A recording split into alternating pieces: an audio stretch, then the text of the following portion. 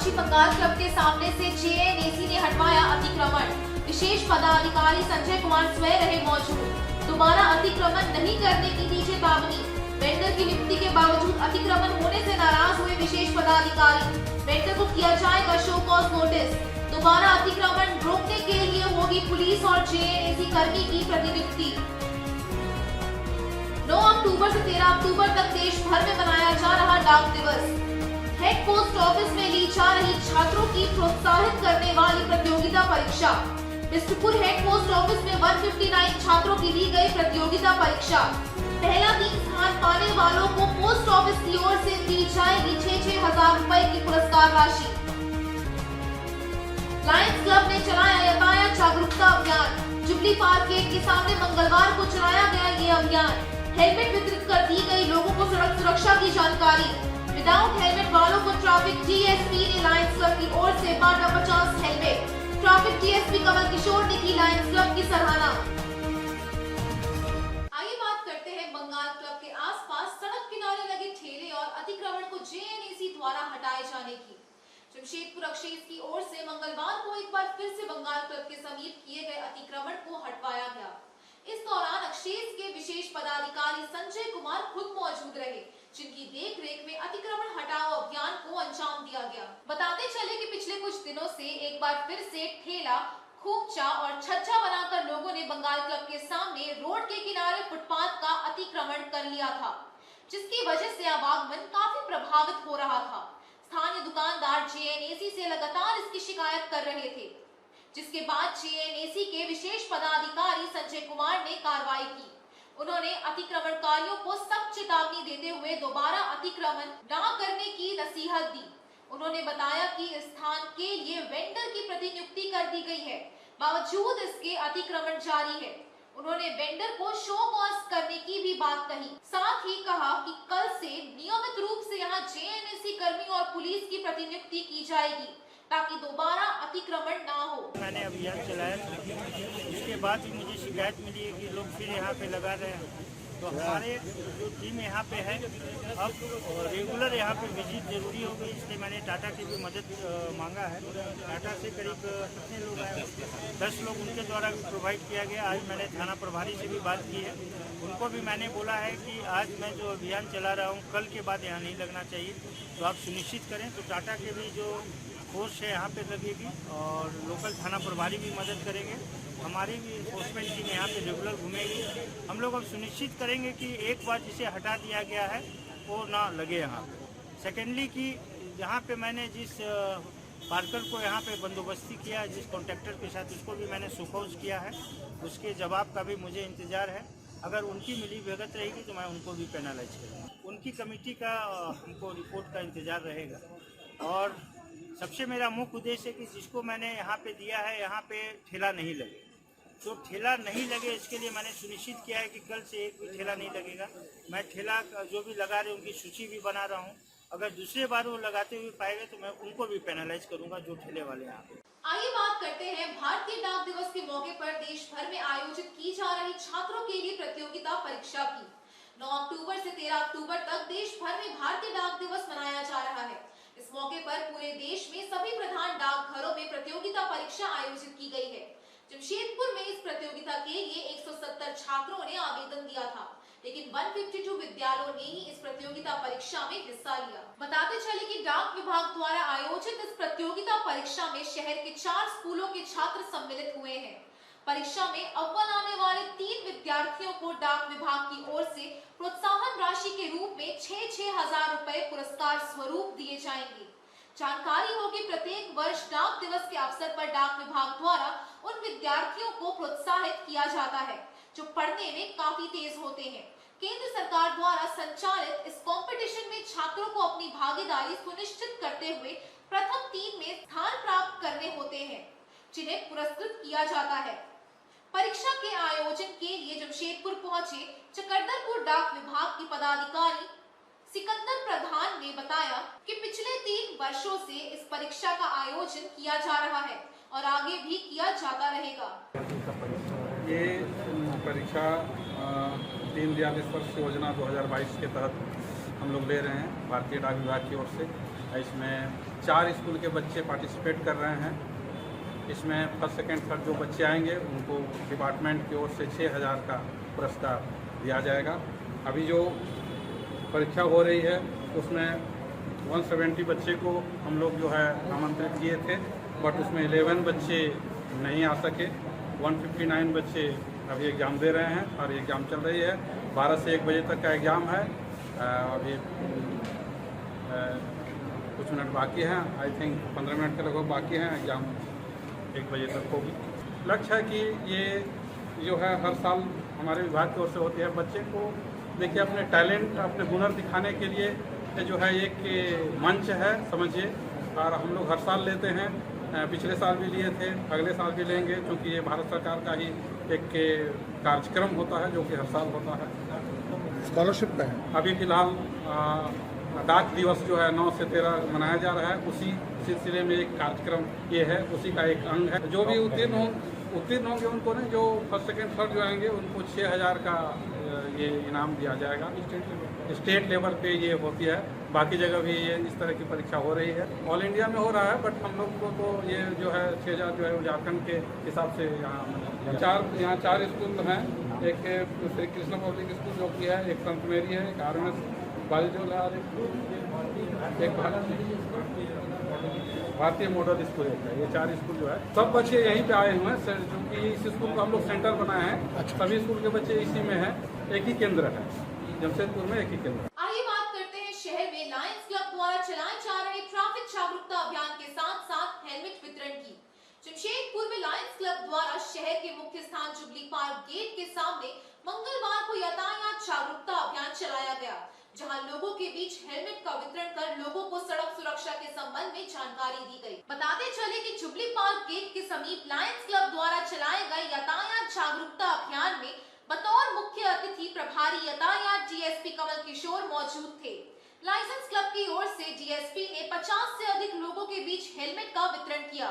इस संबंध में जानकारी देते हुए लायंस क्लब के अध्यक्ष एवं यातायात DSP ने बताया कि पिछले कुछ दिनों के अंदर शहर में हुई सड़क दुर्घटनाओं में कई बेकसूर लोगों की मौत हो गई और कई लोग जख्मी भी हुए, जिसे देखते हुए लोगों को ट्रैफिक व्यवस्था के प्रति जागरूक करने के लिए लायंस क्लब द्वारा अभियान चलाकर हेलमेट का वितरण किया जा रहा है, जो काफी सराहनीय कदम है। ट्रैफिक DSP ने लोगों से अपील की है कि वे अगर 2 पहिया वाहन पर सवार हैं तो निश्चित रूप से हेलमेट पहनें। हेलमेट से आपकी सुरक्षा होगी। हेलमेट पहनना कानूनन जरूरी भी है। पड़ता कि जो लोग बिना हेलमेट के चल रहे हैं तो सिंबॉलिक रूप से कुछ लोगों को हेलमेट देना, और साथ साथ वो प्ले कार्ड्स वगैरह भी आप लोगों ने जो है कि देखा कि ट्रैफिक को के लिए जो है अवेयरनेस के लिए उन्होंने अपने प्ले कार्ड्स में जो है कि लिखा था। तो ये लायंस क्लब के द्वारा ये अच्छा मुहिम है, और हम आपके माध्यम से और भी जो इस प्रकार की जो संस्थाएं हैं हम उनसे भी आग्रह करना चाहते हैं कि आप ट्रैफिक अवेयरनेस के लिए आप भी अपने स्तर से काम कर सकते हैं। और विशेषकर जो है कि इस प्रकार की संस्थाएं यदि जागरूकता इस मायने में फैलाएं कि आजकल के यंगस्टर जो रैश ड्राइविंग करते हैं वो रैश ड्राइविंग नहीं करें, मोटर व्हीकल एक्ट के रूल्स एंड लॉज को जो है कि माने, ताकि सड़क ये सुरक्षित रहे, उनकी भी जान जो है सेफ रहे, और उनके कारण जो दूसरों को खतरा पैदा हो रहा है वो भी सुरक्षित रहे। तो आज ये लायंस क्लब के द्वारा एक अच्छा पहल है। आने वाले दिनों में मुझे लगता है कि शहर के अन्य संस्थाएं भी इस दिशा में अपने सार्थक प्रयास को करेंगी तथा लायंस क्लब इस मुहिम को जारी रखेगा। आइए बात करते हैं युवा कांग्रेस कार्यकर्ताओं द्वारा प्रतिवर्ष 2 करोड़ युवाओं को रोजगार दिए जाने के प्रधानमंत्री के वादे को भोंपू बजाकर याद दिलाए जाने की। युवा कांग्रेस के कार्यकर्ताओं ने मंगलवार को उपायुक्त पूर्वी सिंहभूम के माध्यम से प्रधानमंत्री को एक ज्ञापन सौंपकर वर्ष 2014 में उनके द्वारा प्रति वर्ष 2 करोड़ युवाओं को रोजगार दिए जाने के वादे को याद करवाया है। साथ ही उपायुक्त कार्यालय के सामने भोंपू बजाकर प्रधानमंत्री की निद्रा तोड़ने का काम कर रहे हैं।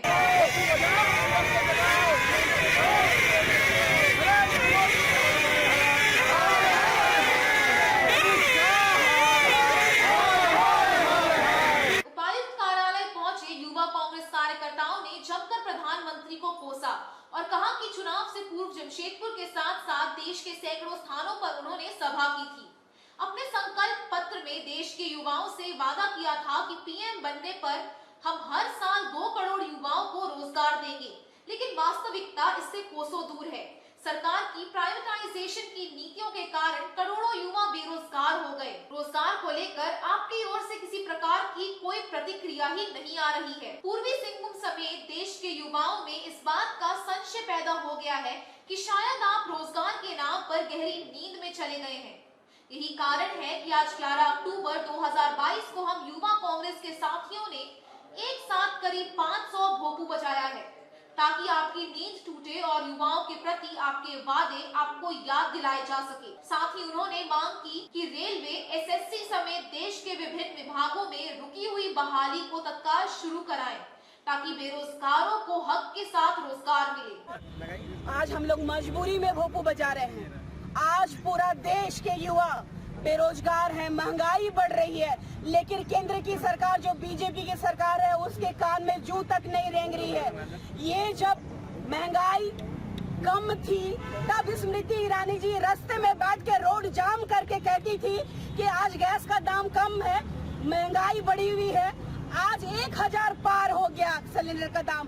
कहाँ है ये बीजेपी के नेतागण? 15 लाख रुपया देंगे बोले थे। मैं उनको इसी भोपू की आवाज से बताना चाहती हूँ कि कान खोल के सुन लीजिए, आने वाला 24 चुनाव में महंगाई और बेरोजगारी से आप लोगों ने कई गरीब परिवार को मरने की कगार पे जो छोड़ा है, आने वाला समय में हम सब बताएंगे।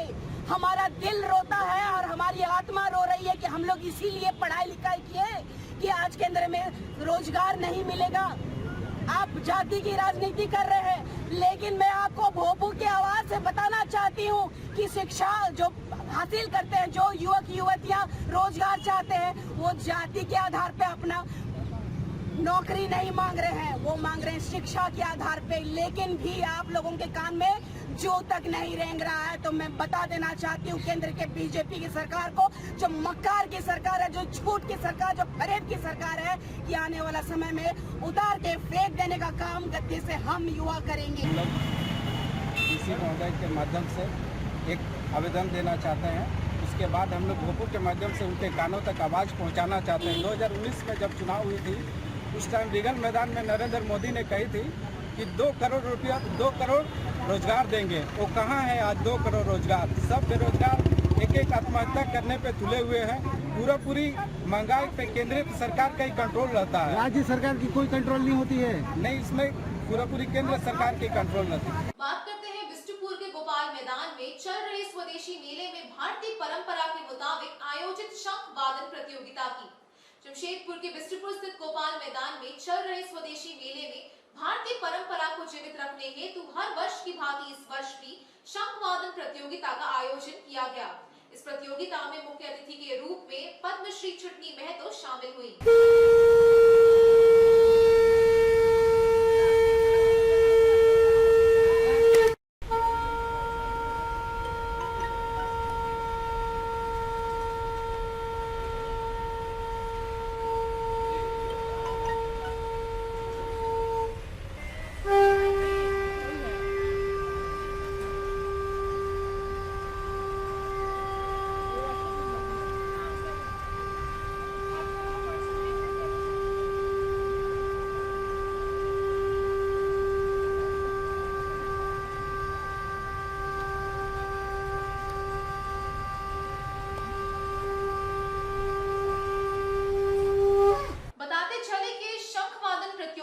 बड़ी संख्या में महिलाओं ने हिस्सा लिया और सभी ने एक-एक कर शंख वादन किया।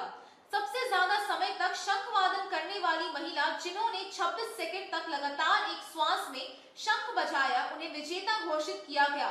वहीं मौके पर मौजूद मुख्य अतिथि पद्मश्री छुटनी महतो का अभिनंदन आयोजन समिति द्वारा किया गया।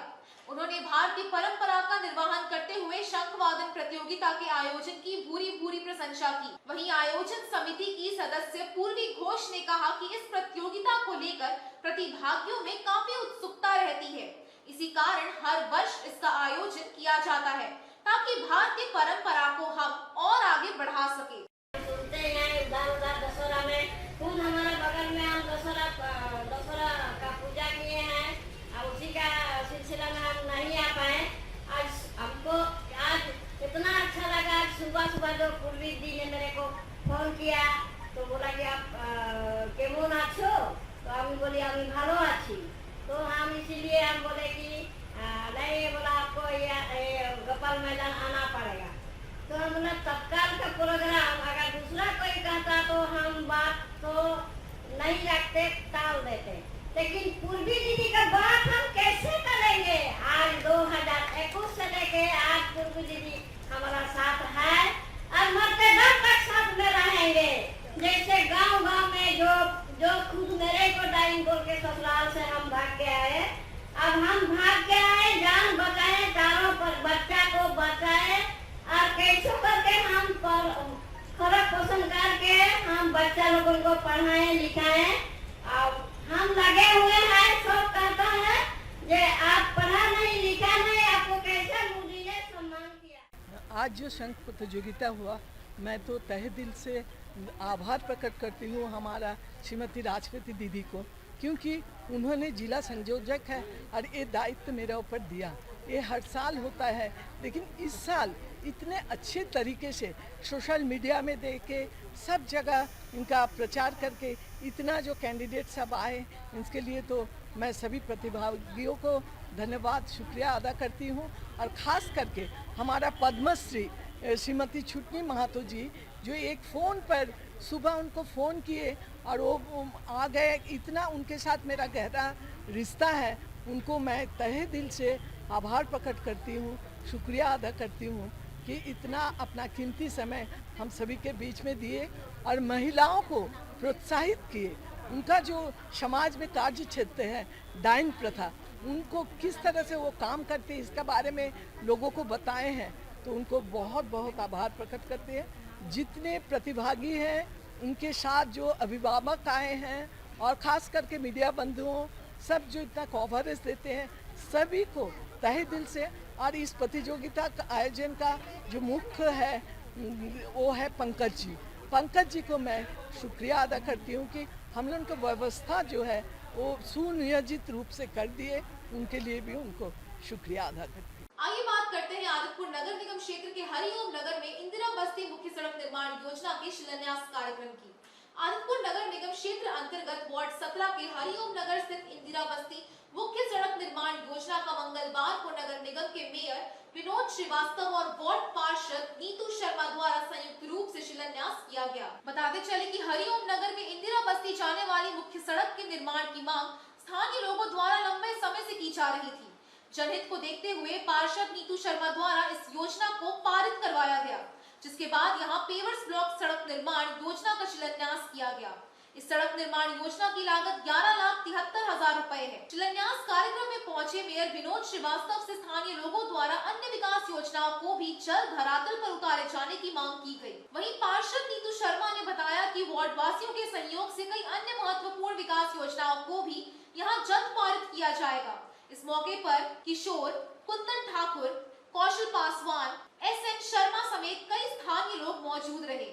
हरिओम नगर इंदिरा बस्ती में काफ़ी पहले से योजना बना हुआ था और यहाँ के पब्लिक काफ़ी परेशान थे। कच्ची सड़क होने के कारण बरसात के दिनों में बहुत दिक्कत हो रही थी। तो 5 नंबर रोड से लेके इंदिरा बस्ती होते हुए, कौशल किशोर जी के घर से होते हुए, इंदिरा बस्ती होते हुए और शांति नगर ठाकुर बस्ती के रोड तक का ये पथ निर्माण पेवर्स ब्लॉक का होना है। और हम अपने वार्ड की जनता को बहुत बहुत धन्यवाद देना चाहेंगे कि उनके सहयोग और सपोर्ट से आज ये योजना धरातल पर उतरी है। उनका आशीर्वाद इसी तरह से बना रहे और इसी तरह से वार्ड की तरक्की होते रहे। आज के इस बुलेटिन में बस इतना ही। हम फिर हाजिर होंगे कुछ और नई खबरों के साथ। तब तक के लिए SSCN न्यूज की पूरी टीम की ओर से मुझे दीजिए इजाजत। नमस्कार।